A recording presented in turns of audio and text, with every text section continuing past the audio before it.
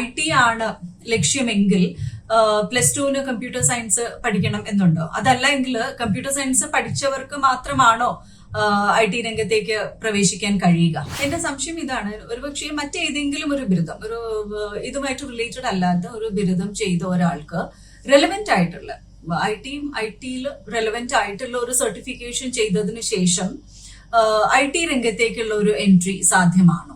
എന്റെ ചിന്ത പോകുന്നത് ഇങ്ങനെയാണ്, അത്രയും വിശാലമായിട്ടുള്ള ഇതാകുമ്പോൾ തൊഴിൽ സാധ്യതയും അതുപോലെ അധികമായിരിക്കുമല്ലോ. ഇപ്പം IT സെക്ടറിലേക്ക് ഇപ്പൊ ഒരു പ്രൊഫഷണൽ ഒരു ബാക്ക്ഗ്രൗണ്ട് ഒന്നും, എഡ്യൂക്കേഷൻ അക്കാഡമിക് ബാക്ക്ഗ്രൗണ്ട് ഒന്നും ഇല്ലാത്ത ഒരാൾക്കും ഒരു എൻട്രി പോസിബിൾ ആണെങ്കിൽ അതിന് എന്തൊക്കെ സാധ്യതകളാണുള്ളത്?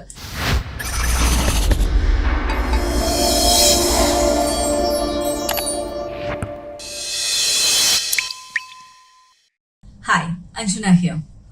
ഇൻഫർമേഷൻ ടെക്നോളജി വളരെ പ്രോമിസിംഗ് ആയ ഒരു തൊഴിൽ മേഖലയാണ്.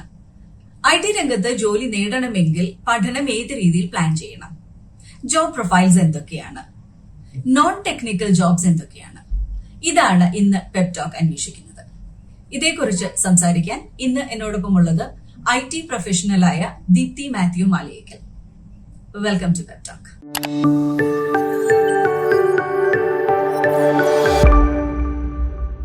Hi Deepthi, welcome back to pep talk. Deepthi ഇതിനു മുൻപ് ഒരു ഓൺട്രപ്രണറുടെ റോളിലാണ് പെപ് ടോക്കിൽ വന്നിരുന്നത്. And I am so happy to have you back. Deepthi, ഞാൻ പലപ്പോഴും പാരന്റ്സിനോടും കുട്ടികളോടും ഒക്കെ സംസാരിക്കുമ്പം IT ആണ് മിക്കവരും, ഒരുപാട് പേര് പ്രിഫർ ചെയ്യുന്ന ഒരു തൊഴിൽ മേഖല ഇൻഫർമേഷൻ ടെക്നോളജി തന്നെയാണ്. പക്ഷെ എനിക്ക് തോന്നിയിട്ടുള്ളത് ഇതിനെക്കുറിച്ചൊരു വ്യക്തമായ ഒരു ധാരണ, ചെറിയ രീതിയിൽ ഒരു ഐഡിയ ഒക്കെ ഉണ്ടെങ്കിൽ പോലും കൃത്യമായ ഒരു ധാരണ മിക്കവർക്കും ഇല്ല. അതുകൊണ്ട് തന്നെ വളരെ ലളിതമായി പറയുകയാണെങ്കിൽ എന്താണ് ഇൻഫർമേഷൻ ടെക്നോളജി? ഇതിൽ വരുന്ന ഇൻഡസ്ട്രീസ് ഏതൊക്കെയാണ്? Thank you so much, Anjana, for inviting me again to the Pep Talk show. It's a great opportunity for me as well to talk about my own field. Okay, വളരെ സന്തോഷം തിരിച്ചെത്തിയതിന്. So സിമ്പിളായിട്ട് information technology എന്താണ് എന്നൊന്ന് പറയണമെങ്കിൽ, computers, networks, softwares അങ്ങനെ പലതും use ചെയ്തിട്ട് നമ്മൾ ഡേറ്റ പ്രോസസ്സ് ചെയ്യുന്നതിനെയാണ് നമ്മൾ സിമ്പിളായിട്ട് പറയാറുള്ളത് IT എന്നുള്ളത്. പറഞ്ഞിട്ട് പെട്ടെന്ന് അങ്ങ് തീർന്നു. പക്ഷേ അതിൻ്റെ ബാക്ക്ഗ്രൗണ്ടിൽ വളരെയധികം കാര്യങ്ങൾ ആക്ടിവിറ്റീസ് ആയിട്ട് നടക്കുന്നുണ്ട്. Like software development, networking, data management, cyber security, പിന്നെ മെഷീൻ ലേണിംഗ്, ആർട്ടിഫിഷ്യൽ ഇൻ്റലിജൻസ്, അങ്ങനെ പലതും ബാക്ക്ഗ്രൗണ്ടിൽ നടക്കുന്നുണ്ട്. അങ്ങനെ നമ്മളുടെ വേൾഡിൻ്റെ മൾട്ടിപ്പിൾ ആയിട്ടുള്ള പ്രോബ്ലംസിനെ സോൾവ് ചെയ്യാൻ ടെക്നോളജി യൂസ് ചെയ്യുക എന്നുള്ളതാണ് നമ്മൾ ചെയ്യുന്നത്. ആ ടെക്നോളജി യൂസ് ചെയ്ത് പ്രോസസ്സ് ഇമ്പ്രൂവ് ചെയ്യുക, അതുപോലെ നമ്മളുടെ മൾട്ടിപ്പിൾ ഫീൽഡ്സിലുള്ള എഫിഷ്യൻസി എൻഹാൻസ് ചെയ്യുക എന്നുള്ളതാണ് നമ്മൾ ഇൻഫർമേഷൻ ടെക്നോളജി കൊണ്ട് വിവിധ തരത്തിലുള്ള ഏരിയാസിൽ ഇംപ്ലിമെന്റ് ചെയ്യുന്നത്. പലപ്പോഴും നമ്മളിപ്പോ കാണുന്ന ഒരു രീതി എന്ന് പറയുന്നത് സ്കൂൾ തലം തൊട്ട് തന്നെ, അല്ലെങ്കിൽ ഒരു ഹൈസ്കൂൾ തലം തൊട്ട് തന്നെ ഫ്യൂച്ചറിൽ എന്താണ് ഇപ്പം ഏത് രംഗത്തേക്കാണ് തൊഴിൽപരമായി ഏത് രംഗത്തേക്കാണ് പോകേണ്ടത് എന്നുണ്ടെങ്കിൽ ഒരു ഹൈസ്കൂൾ തലം തൊട്ട് തന്നെ അതിനുള്ള ഒരു പ്രിപ്പറേഷൻ ചെയ്യുന്നുണ്ട്. അപ്പൊ അങ്ങനെയാണെങ്കിൽ ഒരു 10th കഴിഞ്ഞ് ഇപ്പൊ +2 പിന്നെ സയൻസ് എടുക്കുന്നു, കമ്പ്യൂട്ടർ സയൻസ് എടുക്കുന്നു. ഇപ്പം IT ആണ് ലക്ഷ്യമെങ്കിൽ +2 കമ്പ്യൂട്ടർ സയൻസ് പഠിക്കണം എന്നുണ്ടോ? അതല്ല എങ്കിൽ കമ്പ്യൂട്ടർ സയൻസ് പഠിച്ചവർക്ക് മാത്രമാണോ IT രംഗത്തേക്ക് പ്രവേശിക്കാൻ കഴിയുക? അഞ്ജന, ഞാൻ നേരത്തെ പറഞ്ഞതുപോലെ IT എന്ന് പറയുന്നത് വളരെ വാസ്റ്റ് ആയിട്ടുള്ള ഒരു ഫീൽഡാണ്. കടൽ പോലെ ഓപ്പർച്യൂണിറ്റീസ് അവൈലബിൾ ആയിട്ടുള്ള ഒരു ഫീൽഡാണ്. അപ്പോൾ അതുകൊണ്ട് തന്നെ അതിൽ നമ്മൾ പഠനം പ്ലാൻ ചെയ്യുമ്പോഴത്തേക്കും അതിനകത്ത് ഏറ്റവും പ്രധാനമായിട്ടുള്ളത് എനിക്ക് തോന്നിയിട്ടുള്ളത് നമ്മുടെ ഇൻട്രസ്റ്റ് എന്താണ് എന്നുള്ളത്, ഏതൊരു സ്റ്റുഡൻറ്റിൻ്റെയും അല്ലെങ്കിൽ ഏതൊരാളുടെയും നമ്മളുടെ ഇൻട്രസ്റ്റ് എന്താണ് എന്നുള്ളത് കറക്റ്റായിട്ട് ഐഡൻറ്റിഫൈ ചെയ്ത് ആ ഏരിയയിലേക്ക് നമ്മളെ തന്നെ ഫോക്കസ് ചെയ്യിപ്പിച്ച് അതിനകത്തേക്ക് മുന്നോട്ട് പോകാൻ ശ്രമിക്കുക എന്നുള്ളതാണ് പരമപ്രധാനമായിട്ടുള്ളത് എന്നുള്ളതാണ് എനിക്ക് തോന്നിയിട്ടുള്ളത്. അതിനുവേണ്ടി അത് ഇനീഷ്യൽ സ്റ്റേജസിൽ നമ്മളൊരു സ്റ്റുഡൻ്റ് ആയിരിക്കുമ്പോൾ ചെയ്യുക എന്നുള്ളത് അത്രയ്ക്ക് എളുപ്പമായിട്ടുള്ള ഒരു ടാസ്ക് അല്ല, ഞാൻ സമ്മതിക്കുന്നു. പക്ഷേ അത് multiple times multiple areas try out ചെയ്ത് നമ്മളുടെ ഇൻട്രസ്റ്റ് എന്താണെന്ന് ഐഡൻറ്റിഫൈ ചെയ്യുന്നതായിരിക്കും നന്നായിരിക്കുന്നത്. അപ്പോൾ അതിന് വേണ്ടിയിട്ട് നമ്മൾ എന്താ ചെയ്യാറുള്ളതെന്ന് വെച്ചാൽ ഒരു സിസ്റ്റമാറ്റിക് ആയിട്ട് ഒരു സ്ട്രക്ചേർഡ് ഫോർമാറ്റിലാണ് നമ്മൾ അതിന് വേണ്ടി പോകേണ്ടത്. സ്ട്രക്ചേർഡ് ഫോർമാറ്റിൽ എന്ന് പറയുമ്പോൾ നമ്മൾ ആദ്യമേ നമ്മുടെ ഐഡൻറ്റിഫൈ ചെയ്യണമെന്ന് ഞാൻ പറഞ്ഞല്ലോ. നമ്മളുടെ ഗോൾ എന്താണ് എന്നുള്ള കാര്യം നമ്മൾ ഐഡൻറ്റിഫൈ ചെയ്യണം. നമ്മളുടെ ഒബ്ജക്റ്റീവ് എന്താണ്, നമ്മളുടെ ഇൻട്രസ്റ്റ് എന്താണ് എന്നുള്ള കാര്യം നമ്മൾ ഐഡൻറ്റിഫൈ ചെയ്യണം. ആ ഐഡന്റിഫൈ ചെയ്യാൻ വേണ്ടിയിട്ട് നമുക്ക് മൾട്ടിപ്പിൾ ടൈംസ് നമുക്ക് ട്രൈ ഔട്ട് ചെയ്യേണ്ടി വരും. ഇന്നതായിരിക്കും നമ്മളുടെ ഇൻട്രസ്റ്റ് ഏരിയ. ഈ പറഞ്ഞതുപോലെ ഞാൻ പറഞ്ഞത് സോഫ്റ്റ്വെയർ എഞ്ചിനീയറിംഗ് ഉണ്ട്, ഡേറ്റ എഞ്ചിനീയറിംഗ് ഉണ്ട്, സൈബർ സെക്യൂരിറ്റി ഉണ്ട്, അങ്ങനത്തെ പല ഏരിയാസ് ഉണ്ട്. അപ്പോൾ അത് നമുക്ക് എങ്ങനെയാണെന്നുള്ളത് നമുക്ക് ഐഡന്റിഫൈ ചെയ്യാം. ഐഡന്റിഫൈ ചെയ്ത് കഴിഞ്ഞതിന് ശേഷം പിന്നെ എന്ത് ചെയ്യണമെന്ന് വെച്ചാൽ നമ്മളുടെ ആ ഏരിയാസിലേക്ക് നമുക്ക് കുറച്ചും കൂടി റിസർച്ചസ് ചെയ്യാം. ഇനി അഞ്ജന ചോദിച്ച സ്പെസിഫിക് ആയിട്ടുള്ള ഒരു ചോദ്യത്തിന് ഉത്തരം ഞാൻ പറയാം. Computer science and IT subjects എടുത്ത് പഠിക്കേണ്ടത് മാൻഡേറ്ററി ആണ്? മാൻഡേറ്ററി അല്ല. എന്നാൽ നമ്മളുടെ ഫോർമൽ എഡ്യൂക്കേഷൻ്റെ സമയത്ത് നമുക്ക് കിട്ടുന്ന ഒരു സ്ട്രോങ് ഫൗണ്ടേഷൻ ആൻഡ് കോൺഫിഡൻസ് ഉണ്ടല്ലോ. അതായത് കമ്പ്യൂട്ടർ ബേസിക്സ്, പ്രോഗ്രാമിംഗ് കോൺസെപ്റ്റ്സ്, അങ്ങനത്തെ കാര്യങ്ങൾ, അൽഗരിതംസ്, അങ്ങനത്തെ കാര്യങ്ങൾ നമുക്ക് തരുന്ന ഒരു കോൺഫിഡൻസ് പിന്നീട് നമ്മൾ IT വരുമ്പോഴത്തേക്കും കുറച്ചും കൂടി ഫാസ്റ്റ് ആയിട്ട് മൂവ് ചെയ്യാൻ നമ്മളെ ഹെൽപ്പ് ചെയ്യും. അത് മാത്രമേ ഉള്ളൂ. ഇനി നമ്മൾ ഇൻട്രസ്റ്റഡ് ആയിട്ടുള്ള ഏരിയ ഐഡന്റിഫൈ ചെയ്ത് കഴിഞ്ഞു അല്ലേ? ഐഡന്റിഫൈ ചെയ്ത് കഴിഞ്ഞാൽ പിന്നെ നമുക്ക് കുറച്ച് റിസർച്ച് ഒക്കെ ആവാം. അതിനെ ചുറ്റിപ്പറ്റി നമുക്ക് കുറച്ച് റിസർച്ച് ചെയ്യാം. നമ്മൾക്ക് എന്തൊക്കെ സ്കിൽസ് ആൻഡ് നോളജ് ആണ് ആ ഏരിയയിൽ നമ്മൾ സ്വായത്തമാക്കേണ്ടത് എന്ന് നമുക്ക് ഐഡന്റിഫൈ ചെയ്യാം. ലേണിങ്ങിനെ പറ്റി നമ്മൾ പറഞ്ഞു കഴിഞ്ഞു. പക്ഷെ ലേണിംഗ് പോലെ തന്നെ പരമപ്രധാനമായിട്ടുള്ള കാര്യമാണ് നമുക്കതിൻ്റെ ഹാൻഡ്സ് ഓൺ പ്രാക്ടീസ് കിട്ടുക എന്നുള്ളത്. അതുപോലെ തന്നെ സർട്ടിഫിക്കേഷൻസ്. ഞാൻ സർട്ടിഫിക്കേഷൻസിലേക്ക് വരാം. അതിന് മുന്നേ ഹാൻഡ്സ് ഓൺ പ്രാക്ടീസ് കിട്ടാൻ വേണ്ടി നമുക്ക് യൂട്ടിലൈസ് ചെയ്യാവുന്ന ഓപ്ഷൻസ് ആണ് part time jobs, internships etcetera.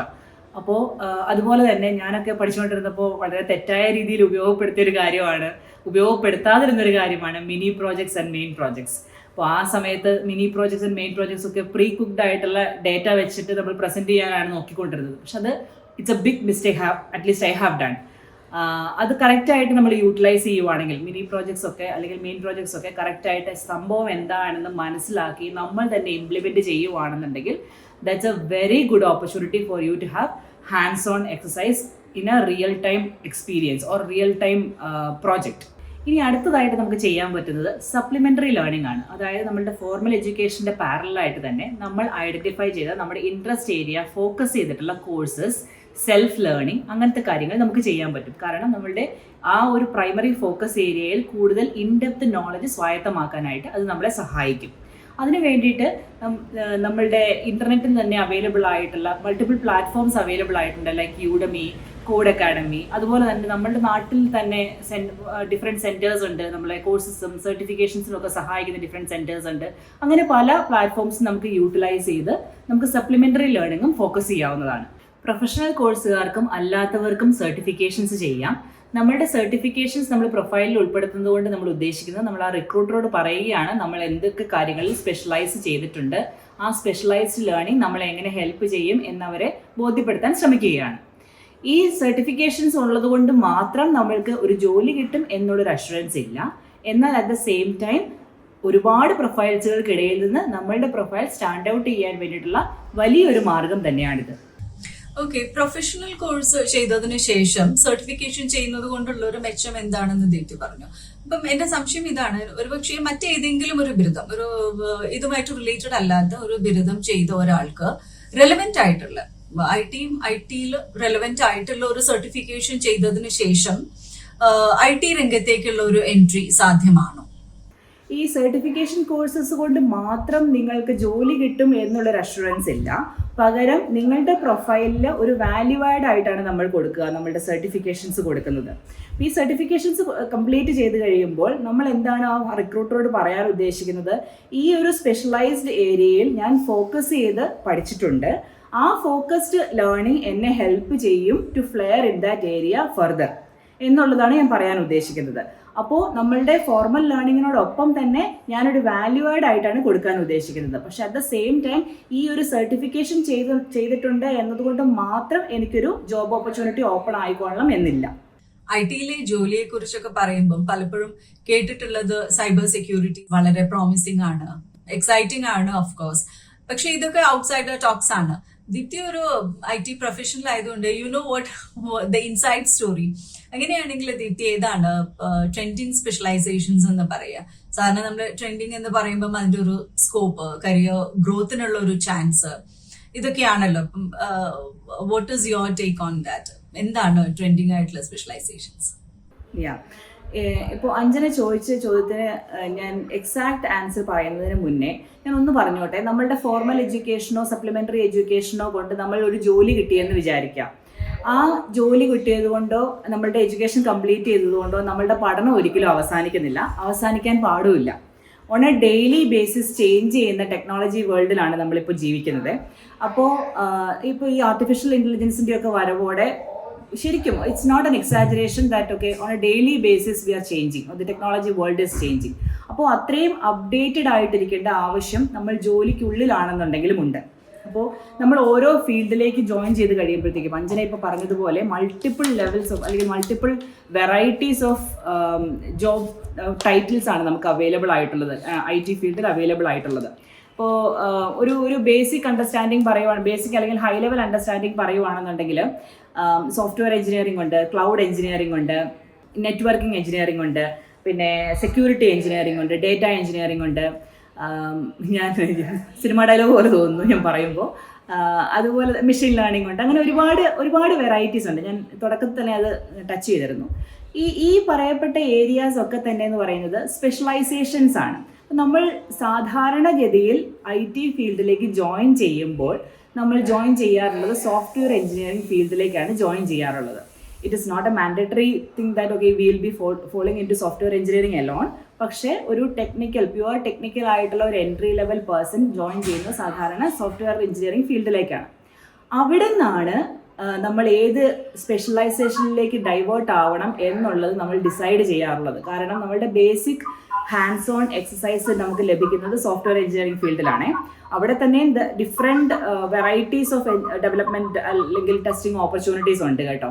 Like front end development ഉണ്ട്, back end development, then web development, mobile app development, ഇതിൻ്റെ എല്ലാം തന്നെ ടെസ്റ്റിംഗ് ഏരിയാസ്, ഓട്ടോമേഷൻ ടെസ്റ്റിംഗ്, അങ്ങനെ ഒരുപാട് different varieties of areas, sub areas ഈ സോഫ്റ്റ്വെയർ എഞ്ചിനീയറിംഗ് ഫീൽഡിൽ തന്നെ ഉണ്ട്. നമ്മളുടെ ഓപ്പർച്യൂണിറ്റീസ് 10 മടങ്ങ് വർദ്ധിച്ചുകൊണ്ടിരിക്കുകയാണ്. പക്ഷെ ഓപ്പർച്യൂണിറ്റീസ് ആണ്. ആ ഓപ്പർച്യൂണിറ്റീസ് യൂട്ടിലൈസ് ചെയ്യാൻ വേണ്ടിയിട്ട് നമ്മളെ തന്നെ അപ് ടു ഡേറ്റ് ആയിട്ട് സൂക്ഷിക്കാം.